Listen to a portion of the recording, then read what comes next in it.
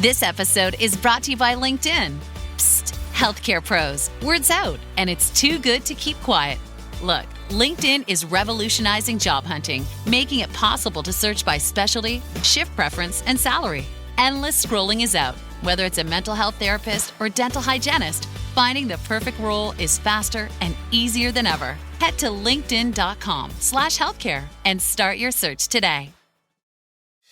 Hey, it's Paris. You know I love sparkly things, right? Like stars. Duh. And thanks to Hilton and AutoCamp, I just slept under them. Picture me, serving looks by the fire outside my luxurious Airstream, making s'mores with the kids, while a national park is our backdrop. The great outdoors meets Hilton hospitality. That's hot. Explore all the new ways to stay at Hilton.com. Hilton for the stay. 1, 2, 3, 4.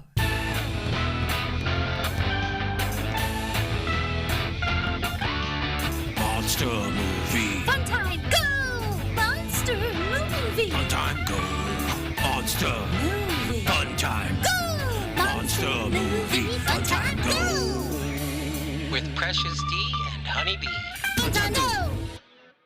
Ladies and gentlemen, boys and girls, friends and neighbors, welcome to Monster Movie Fun Time Go. I am one of your hosts, Precious D. And I am the other one of your hosts, Honey Bee. Honey Bee and I are two best friends making our way through the history of kaiju movies. We began with 1933's King Kong, and today we are up to the year 2019 and the movie Godzilla, King of the Monsters. Whoa! It was directed by Michael Dougherty, who will go on to do the next two. This is the third Monsterverse film. It's his first, but he will do the next two as well. It's 131 minutes in color in English. The budget is 170 to 200 million, and the box office was 387.3 million, which technically made it a disappointment and the lowest grossing Monsterverse movie. That's crazy. So there you go. That is crazy. Yeah. Our cast is Kyle Chandler as Dr. Mark Russell, Vera Farmiga as Emma Russell. Is it Farmiga or Farmiga? I don't know. Millie Bobby Brown as Madison Russell, Bradley Whitford as Dr. Rick Stanton, Sally Hawkins as Dr. Vivian Graham. There's a lot of doctors. Charles Dance as Alan Jonah, Thomas Middleditch as Sam Coleman, Aisha Hines as Colonel Diane Foster, O'Shea Jackson Jr., his first name is O'Shea, as Jackson Barnes, David Strathern as Admiral William Steins, Ken Watanabe as Dr. Ishiro Shirazawa, Zhang Ziyi as Dr. Eileen Chen and Dr. Ling Chen. I think we just see a picture of Dr. Ling. And Joe Morton appears as an older Dr. Houston Brooks. What? Character that originally appeared in Kong Skull Island, where he was portrayed by Corey Hawkins. Okay, I guess I didn't make that connection, that he was a character carrying over. What? Seth Green makes and a couple other people make uncredited appearances as members of a fighter jet squadron. Zach Shields, Seth Green, Claire Grant, Eli Roth, and Stephen Moyer, and Jermaine Turner are the... So they probably all had those masks on. You couldn't even see their faces. All right. Honeybee, what are your initial impressions of Godzilla, King of the Monsters? Okay. Well, I just gotta say, nothing could have emotionally prepared me for this fucking movie, man. Like, nothing could have emotionally prepared me for this film. Okay. I think these films are great. I love the Monsterverse films. I love the Legendary films. It's kind of, what I really knew because our first movie together, like, we started with King Kong on the show, but we had watched Godzilla vs. Kong, or, because it had just came out. And so, I kind of, just have that, Monsterverse movie. I love these movies. I love these films. This movie is insane. It is insane. I had no idea, not a fucking clue, the roller coaster that I was in for with this film. And I actually wonder if some people think that maybe this film is too much. Like, there's just so much going on at once, and there's so many things happening. But this is my football, and I have said that before on this show, but this is like, I feel like I understand football and people who like football because of movies like this, where I just want to scream the whole movie. I want to jump out of my seat and scream and like chest bump my bros, and like this it oh my gosh, like my mind is fucking melting, okay, with this film. Melting. I did not know that I was gonna get a Mothra in this film. Like, I had no idea. So yeah, I mean, my brain is scramby eggs with this movie. I can't. It's incredible. I can't even. I'm on an emotional roller coaster right now. Okay. So you had not seen this when it first came out, then? No, I did not. I did see the 2004, the 14. I saw that because the person that I was dating at the time was a huge Godzilla fan and like wanted to see it. So I did see that first film, and then I watched Godzilla vs. Kong with you, but I had not seen this film. Okay. Yeah, there is a lot going on in it. So much going on. It's so much going on, and it's like in the best way. Like, I'm so hyped. I took so many notes that I'm concerned. I'm concerned because I had so many notes that at one point I had to check the timestamp of the movie because I was like, wow, I'm writing so much. And it was only 20 minutes into the movie, and I was like, okay, I really got to chill out. But there's just so much happening, and it's glorious. I'm so excited to be here, you guys. I'm so fucking excited to be here. Like, you don't even understand how excited I am to be at this film and to have enjoyed this film. It's blowing my fucking mind. It's blowing my brain right off of my shoulders. All right. Well, you're making me feel bad. Because I don't feel bad. I knew you wouldn't feel the same way. Well, I don't dislike this movie. I'm just not that excited about it. Oh my god! Maybe, so excited. Possibly because I've seen it before. I don't know. Maybe. I think I did. Yeah. Probably. I had no idea. I think I did doze off partway through. How dare you? Well, I think I've discovered that I should not sit in bed even propped up with, I got this big huge foam wedge pillow thing, that helps you sit up in bed. But I think even with that, I have a tendency to doze off, and I should sit in a chair to watch these movies just to make sure I don't. I couldn't have slept to this movie with this movie on if I was drugged. Like, I was so glued to the screen at every single point. Even at one point I had to get up and go to the kitchen for something, and I put it on my phone and took it to the kitchen and like never took my eyes off of it and just did what I needed to do. And my brother was like, hey, what you watching? And I like told him, and then he was like, oh hell yeah, and I like showed him a scene. And then at one point I even had to, which I'll get to that note, I even had to go back. I had to put it back on my phone, go back in, and I had to go get him, and I had to say, you have to see this. And it was only like 2 seconds. Well, but I was like, you have to. I have the plot here from Wikipedia, but maybe you should just walk us through this if you took that many notes. I did take, but here's the thing. I will go along with you, but my notes, if I just go through them, they're not going to really make sense. You know what I'm saying? Okay. All right. Like, there's something like that. They're like this. Like, my first note is like, ooh, roar right off the rip. Jumping right the fuck in. Ah! I'm so happy to be here with you guys. And then it's like, Dad, breakfast, burnt. Like, so you know what I mean? So I couldn't like walk through. I just like, as we go through it and I like look at these notes, I know where we are in the movie and I'm like, oh yeah, this thing I want to talk about. Okay. All right. Well, here we go then, folks. Thank you, Wikipedia. 5 years after the revelation of monsters called Titans, Dr. Emma Russell, a paleobiologist working for the Titan studying organization Monarch, and her daughter Madison witnessed the birth of a giant larva named Mothra. Okay, whoa.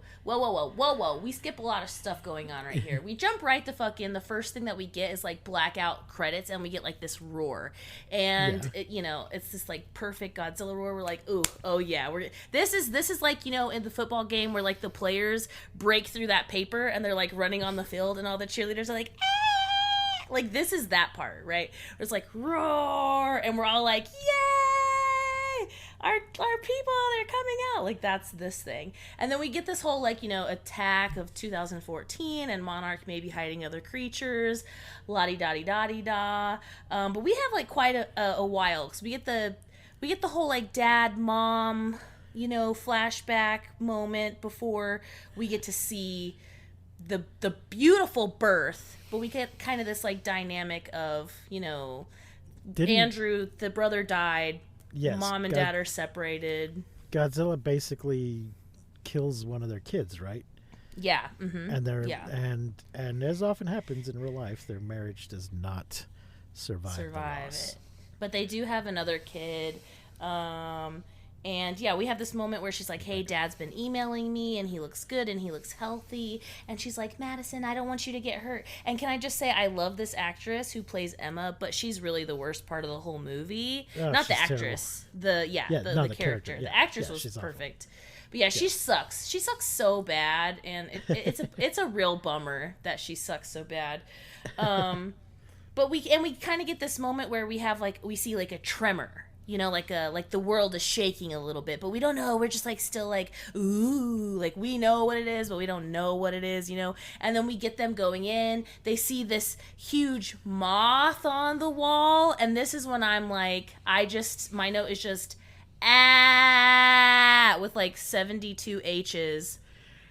And then they're standing in front of this egg, right? And they're watching it be born, and I am screaming, like literally screaming, what is it?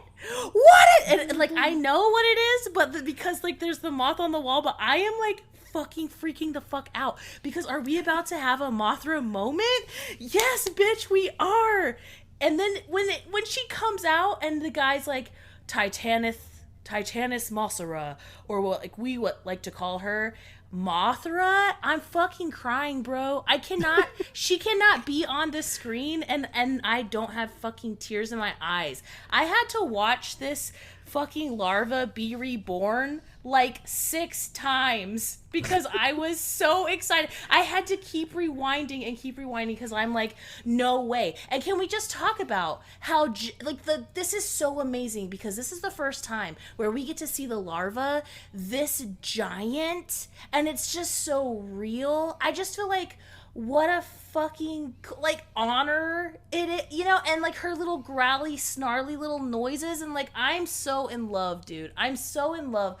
Her little tiny feet, and it's just perfect because we get this scale that I don't think we could have in our past movies, which I love the larvas. I love Mothra. I think she's beautiful in every movie, but there's something that we get in this film that we don't get in other movies because of the technology we have. And that's making this larva so giant and so like huge that it's fucking incredible, dude. And then she touches her, like I'm crying.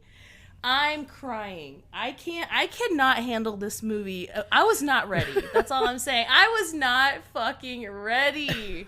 Okay. Emma calms Mothra and needs to calm Honeybee with the Orca, a device that emits frequencies to attract or alter Titan behavior. Suddenly, a group of eco-terrorists led by former British Army Colonel Alan Jonah attacks the base and abducts Emma and Madison. And this poor guy, Colonel Alan Jonah, this guy never gets to play good guys. He is always the bad guy. Aw, maybe he likes it. Maybe, but I hope he's nice in real life. At the same time, Mothra flees and poopates under a nearby waterfall. Oh my gosh. She goes into a cocoon is what they mean. And we don't get to see it right away, but eventually, like later on, we get to see her in the waterfall, and I'm like, oh my god, dude, it's so good. Monarch scientist Dr. Ishiro Shirazawa, yay, and Vivian Graham approached former employee Dr. Mark Russell, Emma's ex-husband and Madison's father, to help track them down. Okay, but we do get this. As soon as we see Serizawa, I'm like, oh shit, like we gotta kind of know what's gonna happen here. Like, oh, want, as soon as we they say his name, I was like, oh no, are you gonna have to sacrifice yourself? Well, but he was in the other one. Yeah, but he didn't sacrifice himself. He made it through the first one. Yeah, I know, but and you just know it's coming. It's in the name, Yeah. And so, but he has this great moment where he, they he talks about the atomic testing, like waking up Godzilla, and he kind of gives us a little bit of that. And I thought that was nice that they did that. But he has this whole, they're not monsters, they're animals, rising to claim this world that was once theirs, and I respect all life and honor all life. And I was really fuck yeah, and they're like, so what, are we gonna make Godzilla our pet? And he's like, no, we would be his. And I'm like, yes, listen to this man before he has to sacrifice himself at some point in this movie.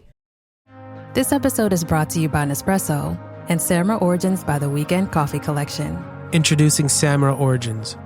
My collaboration with Nespresso is a connection to my roots, to my mother, Samra. Coffee that hits the right notes. It transports you. Crafted with unique notes and bold, soaring flavors. Experience a taste that moves you. Nespresso and Samra Origins. Discover more at Nespresso.com. Introducing the perfect companion to your morning listening routine. AG1's clinically backed formula is now flavor-packed with 3 new delicious flavors: tropical, berry, and citrus. Start the day on a high note with probiotics that taste like the tropics. Mix it up with micronutrients that taste like berry or citrus. And take it all the way back with the classic, AG1 Original, with notes of pineapple and vanilla. Do your health a flavor, or 4, with AG1 Next Gen, the daily health drink. Learn more at drinkag1.com. Mark is initially reluctant due to his hatred towards Godzilla, whom he blames for his son Andrew's death in San Francisco, but eventually agrees. The Monarch team follows Godzilla to Antarctica, where Jonah plans to free a 3-headed titan codenamed Monster Zero. They never say why it's called Monster Zero, except that that's what he was called in the original movie.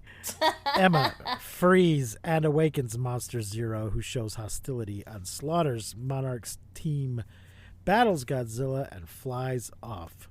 So we do also get a Kong name drop at one point in here, and also someone's like, oh yeah, the others that we contained on Skull Island. So I was like, oh hell yeah, we gotta put it in there because we already had the Kong movie.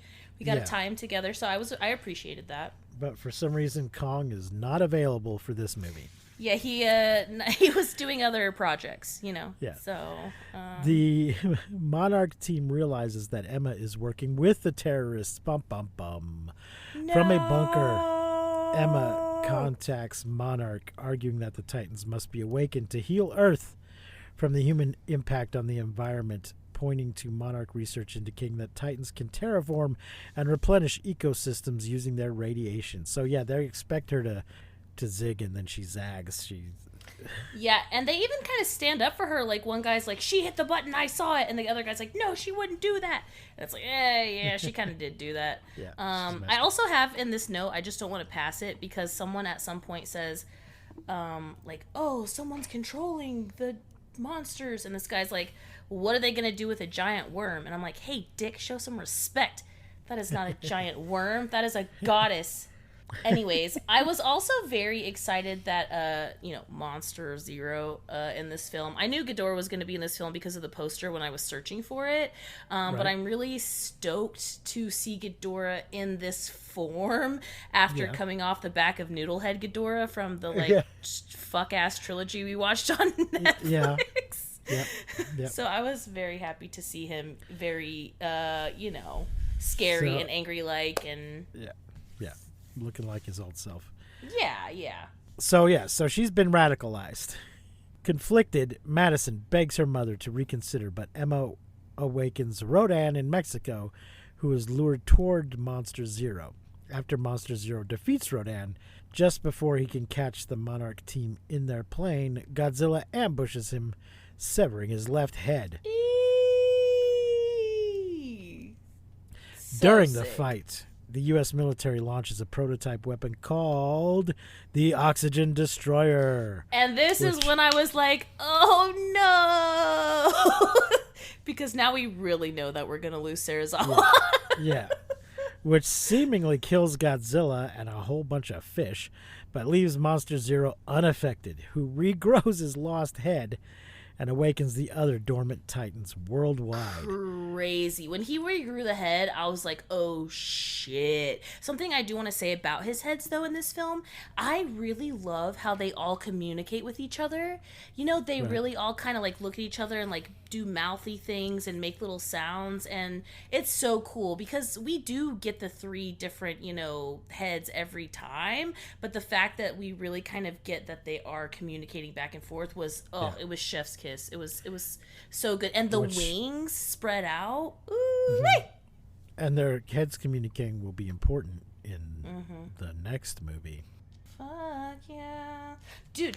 20-ish minutes into the film, and we have Godzilla, Mothra, Rodan, Ghidorah. Like, are you kidding me? I'm like, it's just like this so much, and because it's so much and it's so good, I give 0 fucks about the people shit, and it's not bad people shit. It's really not. Like, we've definitely had worse. This is interesting people shit. It's not Godzilla -1 people shit, but like, it's good enough. But there's just so much action with the kaiju, which is everything I ever wanted, that I give 0 fucks about the people in this movie. Rodan, who survived, submits to his rule. He bows down in front of him. Serizawa chides Mark that he has gotten his wish. Horrified and disillusioned, Madison disowns Emma. "You're a monster," she says. Which actually holds a lot of weight when there are actual monsters attacking the city. Yeah. Though analyzing Monster Zero's abilities and mythological texts, through analyzing Monster Zero's abilities and mythological texts, Monarch deduces that it is King Ghidorah, a highly destructive alien who likely seeks to terraform Earth in its image. What was the thing? Was it its DNA? Something told them it wasn't from here. Oh, maybe the Oxygen Destroyer? Mm-hmm. Yeah, the reason why it survived the Oxygen Destroyer is because it's an alien. It's an imposter. Which is nonsense, because oxygen works the same throughout the universe, and if you either need it or you don't, I don't know. But we do have this moment where they say that, they talk about how Ghidorah is or how they all are the first gods, and we get this kind of pan of Ghidorah with his wings out, and then a cross kind of next to in front of him. It's so sick. And I kind of wonder, Christians out there, is this offensive? I don't know. Is it just good entertainment, or is it gasp, these not the first god? How I don't know. Just curious. What do you feel? Is it weird to you in a movie when someone's oh, this was the first god? And it's I watched movies with Greek gods and Egyptian gods, and I don't get upset about it. So totally. Yeah. And elder gods, Cthulhu shit. So I can deal with it. I fucking love it.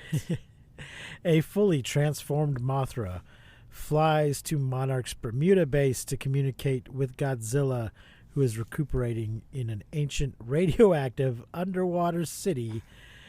That's a lot. Which the Monarch team discovers in their submarine. And this Mothra is not as fluffy as oh my god, Mothras. I know, and she doesn't have chicken feet, but she's got so some kind of beautiful. I think she has some kind of stinger going on, she's part wasp. She is incredible. This is when I had to go get Gus, and I was like, I don't know if you've seen this movie, but you got to see this part. and I like it was when Mothra is like full like coming up and she like puts her wings out and you see her for the first time kind of big. Oh, dude, and he's like, ooh, I got goosebumps. And I like looked at him and there are like tears in my eyes. Like I can't not cry. I don't understand it, but it's just so true. And then we find out that one of that is it Chan is one of the fucking twins basically? Yeah. I'm gonna fucking explode, dude. I'm gonna explode. It's a little nod to traditional Mothra mythology that her family has twins run in her family. I'm gonna explode. I'm gonna cry. But we only see the twin in a photograph, though. Deducing it will take too long for Godzilla to heal on his own, Serizawa sacrifices himself by manually detonating a nuclear warhead next to Godzilla to speed up the process. It destroys Godzilla's lair and revives him.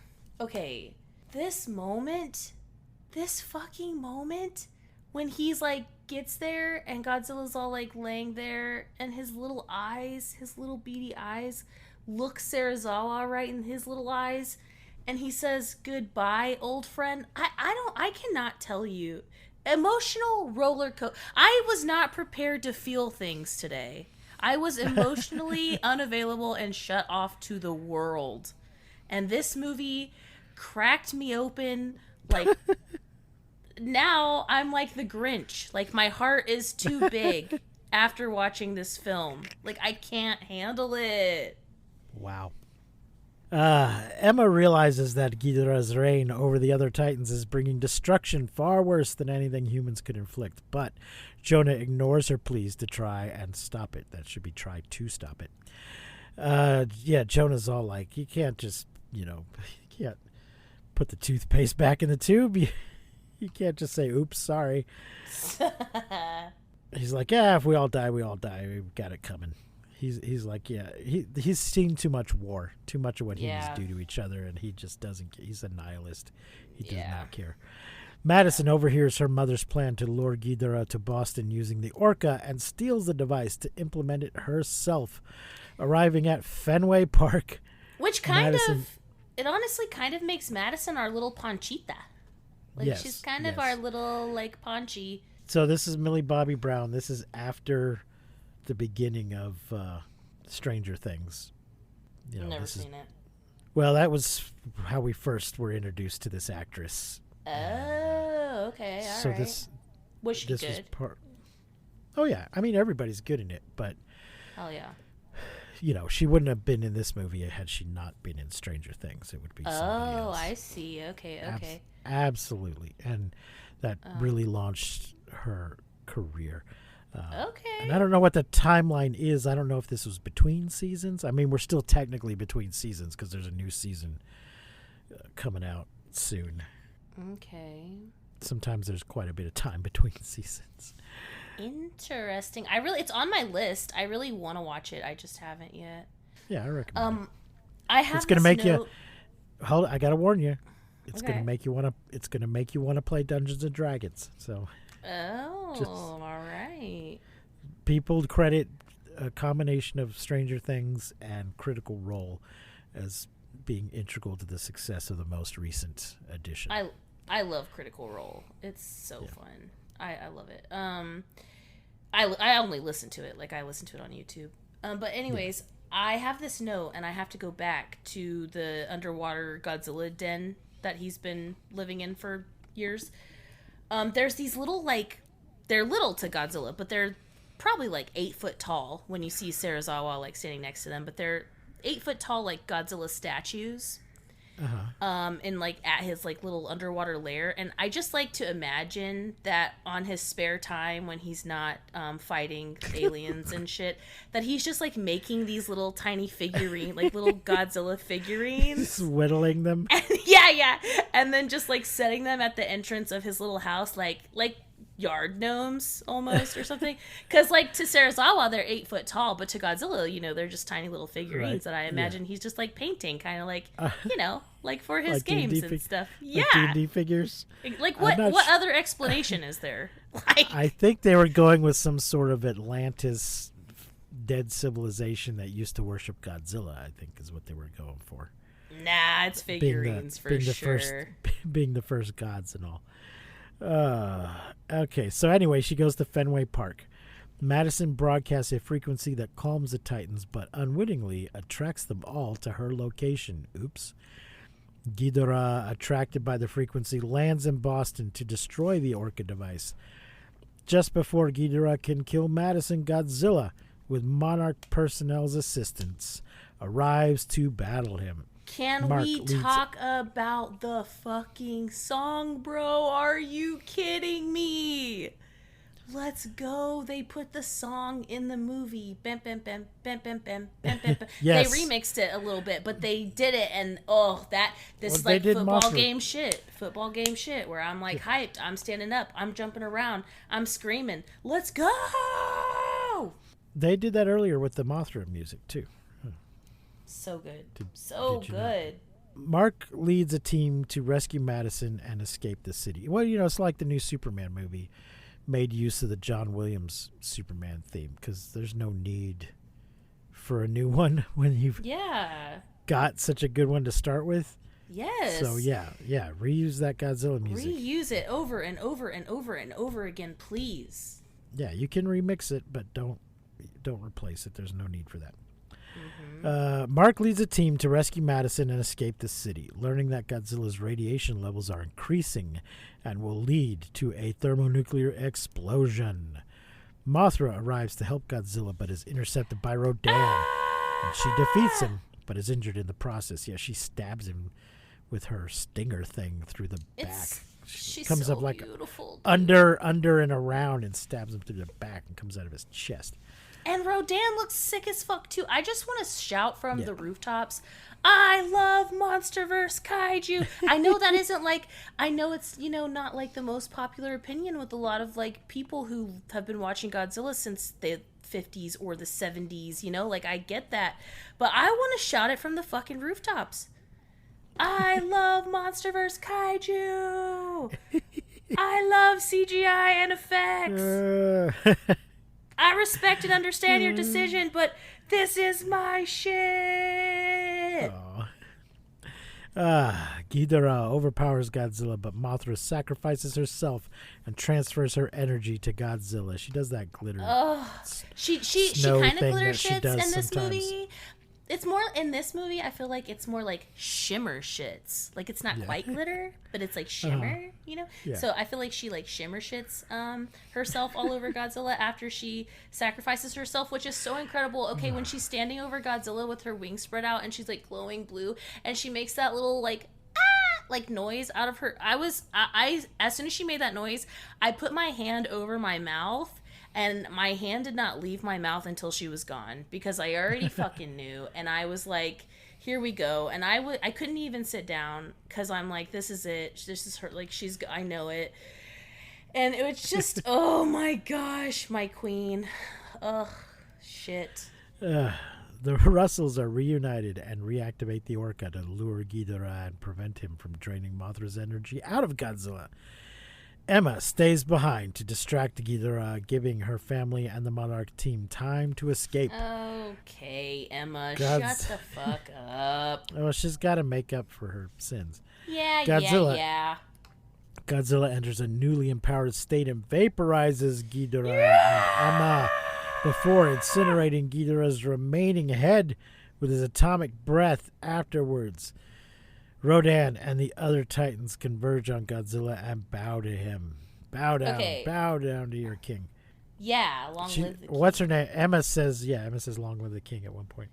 Well, yeah, because he says it in the beginning of the movie, the bad guy, when she's like, I'm not the one calling all the kaiju with my fancy Orca box. He's like, well, long live the king. And, it shows Ghidorah on the screen. But then if you don't quite get that, then the next scene, they kind of spell it out for you, which is really nice.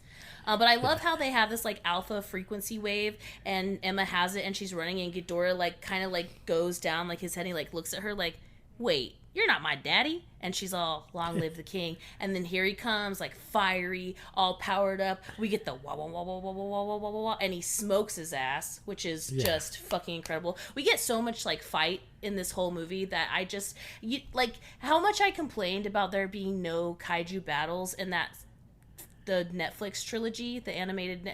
I don't even care anymore. Like that is dead to me. Because this movie, there's so much kaiju and so many battles that it's absolutely incredible. And when Godzilla gets that head and he shakes it around like a puppy, I was screaming. Like my favorite team just scored a fucking touchdown. I'm telling you, it's just so good. And then he even kind of like shakes it off. Like it's just so good. And yeah, they bow down like, because they know who their fucking god is, and he like roars on his little hill, and boom, Godzilla 2, King of Monsters, over.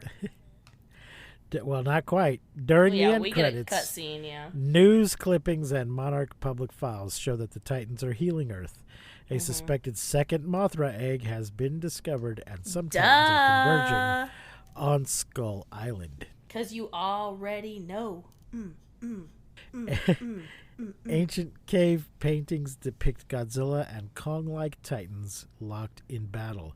In a post-credit scene, Jonah and his forces purchase Ghidorah's decapitated left head in Mexico, which is going to come up again. So let me ask you, Honeybee, which movie, I'm afraid of the answer, which movie affected you more emotionally, this one or Casablanca? Oh man, yeah. I don't think you want to know the answer, but it's only because I'm such an emotionally shut off person when it comes to like intimacy and like things like that. So like Casablanca made me feel things, but they made me feel things that like I genuinely I don't know. Whereas this makes me feel things, but it's for something that I'm hyped for. Whereas like if I just wanted to fall in love and be married, and like maybe Casablanca would like hit that for me, but instead it like makes me think like I definitely get an emotional reaction from it, but it's because I'm like, yeah, fuck love. Love isn't fucking real. Sacrifice to save yourself. I don't know. It's just like two totally separate things. So I think that, yeah, I definitely had more of an emotional reaction with this film, but because it's not about, intimacy and like love. It's about fucking monsters, and that's my shit. That's where I thrive, okay? So I am a monster, and that's why I'm like Godzilla. I have to like die alone in my ancient cave. That's what it is. But I will say, in this Godzilla, this version of Godzilla for me, I love how boxy he is. I love how mean he looks. I love how small his eyes are. I love how long his arms are, how long his legs are. His legs really make the whole I'm walking in the ocean make sense in this film. Like, he looks tall enough to walk in the ocean. Every single kaiju in this film, the design is just so incredible. And yeah, it really, I honestly, I don't know which movie this kicked out. I really have to think about it, but this is definitely in my top 5 favorite Godzilla movies. And I don't know which is number 1 right now between this one and Godzilla -1, because I like them both for very separate reasons. But I don't know. Something got kicked out, because this has definitely got to be in my top 5. Something. I got to really think about it, because I got Destroya, Biollante. I love Space Godzilla. So I don't know, something in there, something moved around, because this film when they said Godzilla, King of Monsters, they fucking meant it. And I love it. I think a lot of people have this thing where when they love something, they don't like to see it changed. And I fucking get that, man. And I respect it so much. But this movie, for me, the change, but still the things that we see that we know and love, Dr. Serizawa, the Oxygen Destroyer, we get these little things. And I just fucking loved it, man. And I was happy, I was sad, I was angry, I cried. I felt all of the things in this movie. And I loved it. I loved it so much. I want to watch it again right now. And I loved it. It was so good to me. And oh man. Okay. Oh man, so good. So, what are you gonna rate Godzilla King of Monsters? It's 5 stars for me all the way. If I could give it more, I would give it more for sure. I didn't know I was gonna have emotions today. I didn't even know that was in my stars. And then also, I didn't know that I was getting like a modern day Mothra ever. Like I wasn't like I mean, eventually, sure, because. You know, we did see, Godzilla X Kong 2. There's some, like, Mothra shit going on in there. But, like, this, I wasn't prepared. I wasn't prepared, and I am just so happy to be here. I can't wait to watch it again. 5 stars. I highly recommend. Go fucking watch it now. I feel like they Stop need to everything give you're Mothra, doing. Watch it. They need to give Mothra her own movie again, but... Oh my gosh. You know that I 100% agree with you, and also I might pass out. If that happens, I might pass out. There will not be enough oxygen to support my brain. Okay. I think I'm going to give it 4.5 stars. I wasn't quite as excited as you were. But it is good. A lot of monster shit going on. All well done. Everybody does a good job in it. How do you feel about you can watch this. The what? Right? I was gonna say, how did you feel about the Hollow Earth explanation of like why we lose Godzilla every now and then? Yeah, that guy's like, I knew it. Yeah, I literally wrote down like, you're probably gonna hate this. The Monsterverse's idea of the Hollow Earth is just nonsense. It's bullshit. I don't care for it. It's dumb. And it's a honeycomb Earth. It's not a Hollow Earth. I don't care for it. It's my least favorite aspect of the Monsterverse. And I'm I'm a Tarzan fan, and a Hollow Earth is one element of the larger. Oh. Well, there's a number of At the Earth's Core movies. There are some movies, but there's a series of books, and they do cross over with the Tarzan books. In fact, I think I mentioned I was watching an old Tarzan, like 90s series on Tubi. Mm-hmm. And in the first 2-part episode of that series, they go to, it's called Pellucidar. The Hollow Earth land is called Pellucidar, and they go there in that Tarzan story.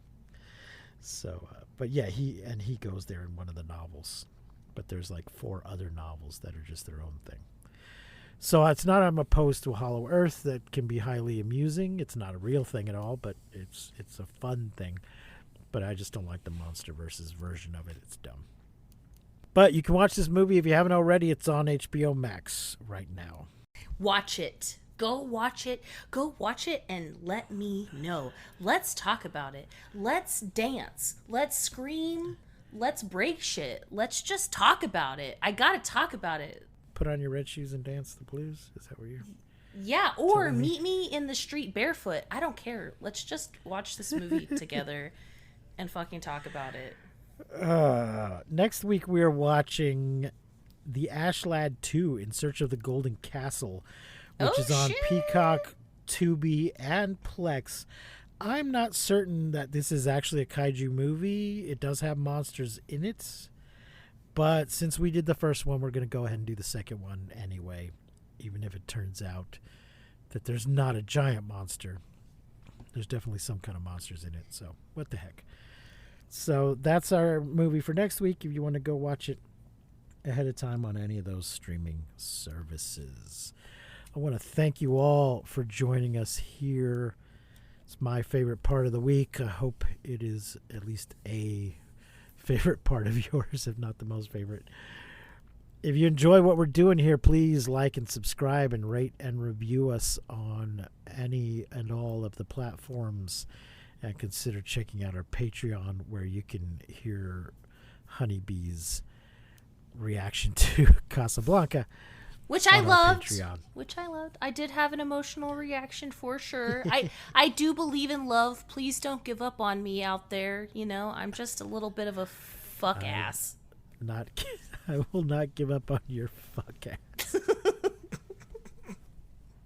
I believe in your fuck ass. It's unfortunate phrasing. Okay, that's going to wrap it up for today, friends and neighbors. Until next time, I have been Precious D. And I've been Honeybee. Remember to keep calm and take shelter in basements. And please, don't misuse science. We won't see you, but you will hear us next time on Monster Movie Fun Time Go. You've been listening to Monster Movie Fun Time Go. If you enjoyed the show, please consider rating and reviewing us on your podcasting platform of choice. You can leave us a message and find links to all our things at mmftg.com.